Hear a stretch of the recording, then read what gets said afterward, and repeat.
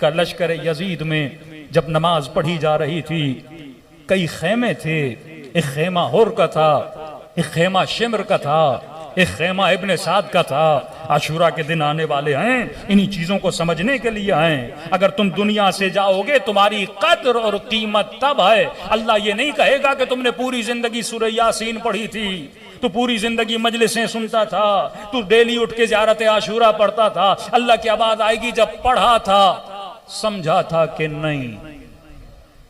پھر کیوں کہا کچھ ایسے ہیں جو قرآن پڑھتے ہیں پر قرآن ان پہ لعنت کرتا ہے۔ کیوں لعنت کرے گا قرآن؟ کبھی سوچا کہ مردے کو جب قبر میں لٹایا جاتا ہے اس کے کاندھوں کو ہلا ہلا کے یہ کیوں کہا جاتا ہے کہ اسمع وافہم، سن اور سمجھ؟ صرف یہ نہیں کہ سن، جو سن کے سن ہو جائیں وہ اور ہیں، جو سن کے سمجھ جائیں وہ اور ہیں۔ اسمع وافہم، سن بھی اور سمجھ بھی۔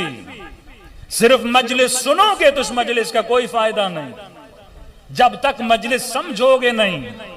لشکر یزید میں 10 سے زیادہ خطبے امام حسین نے دیا ہے، وہ صرف سن رہے تھے اور سن بھی رہا تھا، سمجھ بھی رہا تھا۔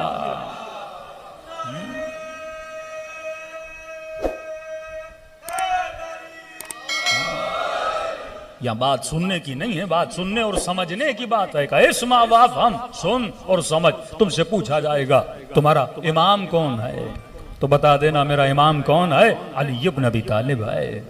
پوچھا جائے گا تمہارا رب کون ہے تو کہنا اللہ ربی۔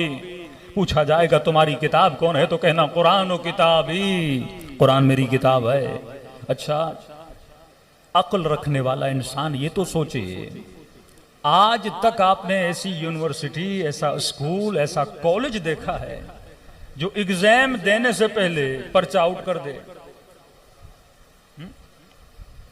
کوئی ایسا اسکول دیکھا ہے تو بچے سے امتحان لینے سے پہلے پورا پرچہ آؤٹ کر دے کہ بیٹے کل تم کلاس میں آؤ گے، تم سے یہ پوچھا جائے گا کہ 2+2 کتنا ہوتا ہے؟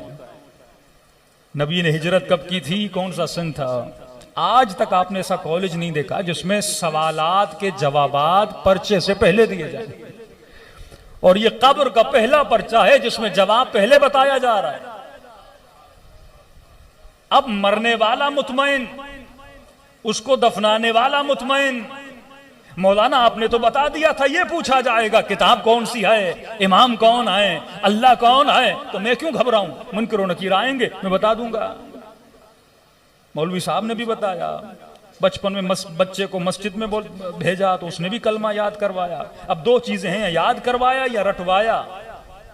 رٹنے میں اور سمجھنے میں زمین و آسمان کا فرق ہے۔ کہ میرے لیے تو بڑی آسانی ہے، منکر و نکیر پوچھیں گے تمہارا رب کون ہے، کہوں گا اللہ ربی۔ کتاب کون ہے؟ قرآن و کتابی۔ امام کون ہے؟ علی و امامی۔ ایران کے بہت بڑے عالم جب اپنے بیٹے کے خواب میں آئے، بیٹے نے کہا بابا یہ تو بتائیے قبر کی پہلی رات کیسی گزری؟ کہ میرے لال اپنا حال بھی تجھے بتاتا ہوں اور کچھ لوگوں کا بھی حال تجھے بتاتا ہوں جو میں نے دیکھا۔ کہ ایک مردے کو میں نے دیکھا جب ملائک پوچھتے تھے بتا تمہارا امام کون ہے، وہ کہتا رہا علی و امامی۔ کہ پھر اسے مارتے تھے، پھر پوچھتے تھے بتا تیرا امام کون ہے؟ کہا بتا تو چکا ہوں علی و امامی، علی میرا امام ہے۔ کہ پھر ملائکوں نے مارا۔ کہ یہ شش و پنج میں پڑ گیا، کہیں میں غلط جواب تو نہیں دے رہا؟ حالانکہ پوری زندگی علی کا ماننے والا، اور قبر میں یہی جواب دیتا رہا کہ علی میرا امام ہے۔ کہ جب ملائکوں نے 4تھی بار پوچھا اور اس نے سوال دیا کیا میں غلط جواب دے رہا ہوں؟ کہ جواب غلط نہیں ہے، لیکن جو تو کہہ رہا ہے ویسا تو نے کیا نہیں ہے۔